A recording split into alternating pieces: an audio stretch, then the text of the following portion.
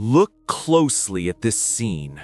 You are watching an apex predator, a giant grouper, powerful enough to swallow this tiny fish whole.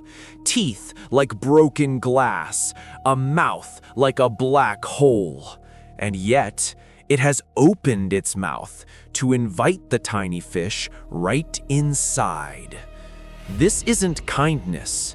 This is a cold, calculated transaction, the most important business deal in the entire ocean. And the fish running this high-stakes operation, the ones swimming inside the mouths of the deep-sea mafia, this little fella, the Cleaner Wrasse. The deal is simple. The wrasse removes the harmful parasites, dead tissue, and infections from the larger fish. In exchange, the predator, paralyzed by instinct, agrees not to swallow the wrasse.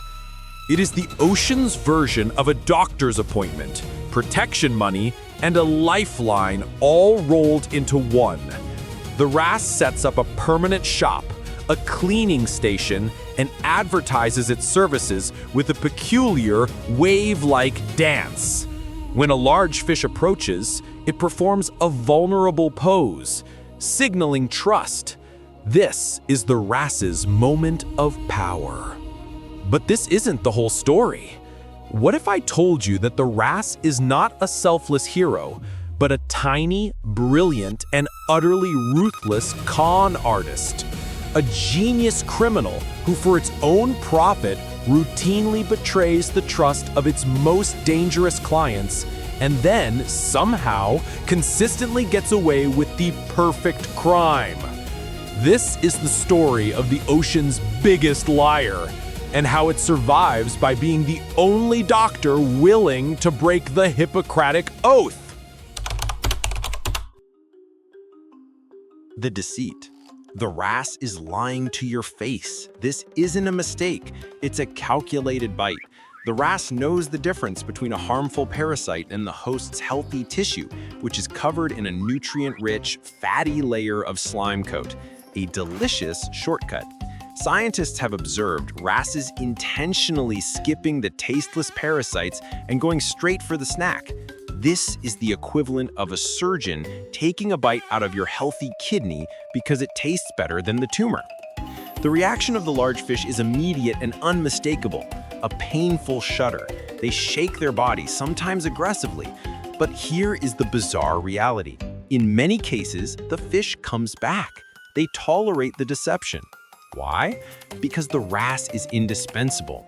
They hold an imperfect monopoly, and the client has no choice but to pay the price. Strategic profiling. The wrasse doesn't simply con everyone. They differentiate their clientele. First, they target the rookies.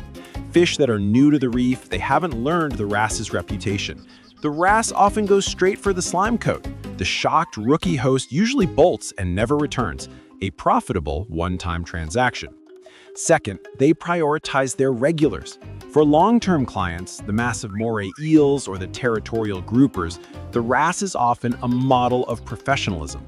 They carefully stick to the parasites, delivering top-tier service to maintain the essential trust.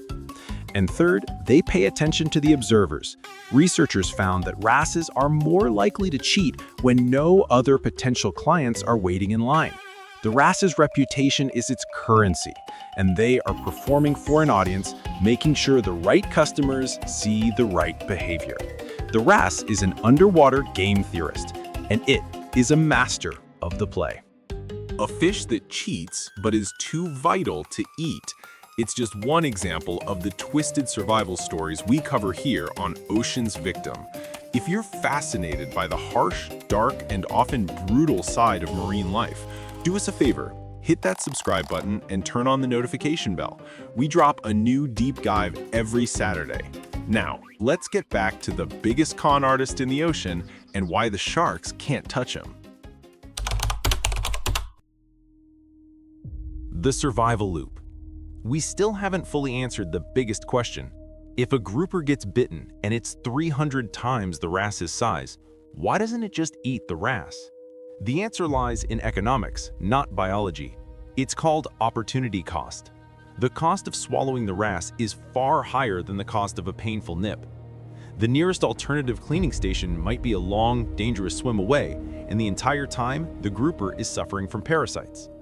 By tolerating the occasional painful bite from its wrasse, the grouper is paying a small, annoying price for a huge convenience. It's a short-term pain for a long-term gain. The wrasse pushes the boundaries. It cheats, it bites, it lies, but it knows exactly how far it can go. It's a balance of betrayal, perpetually hanging by a thread. The imposter. The Cleaner Wrasse is an expert con artist, but every successful business eventually attracts a counterfeit. Meet the false Cleaner Wrasse, Aspidontis taeniatus. The false wrasse is a masterpiece of deception.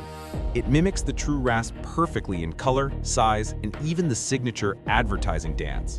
The catch? The false wrasse does not clean parasites.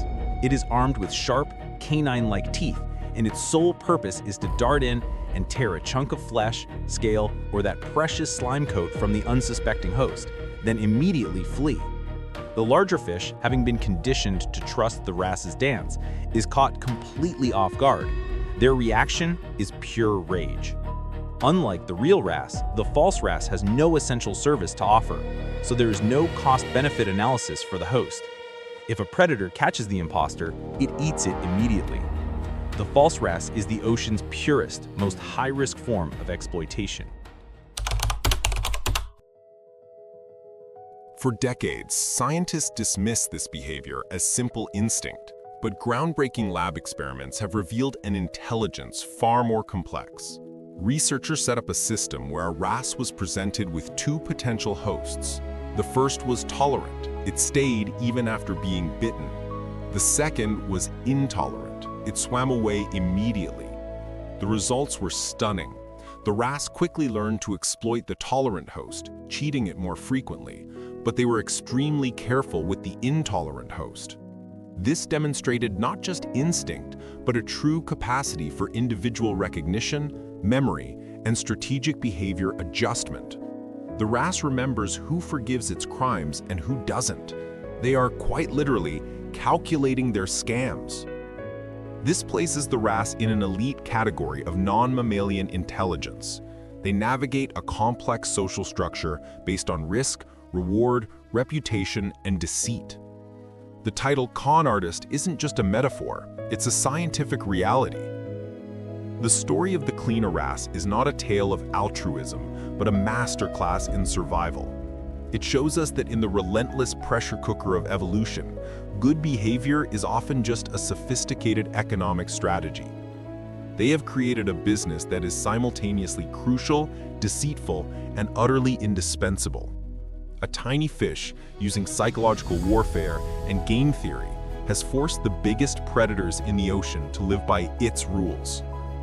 Did you know a fish could be this smart and this manipulative? If you found this bizarre story fascinating, check out our video on the terrifying electric eel. Display video on screen. And tell us in the comments, what is the most shocking animal fact you've ever heard?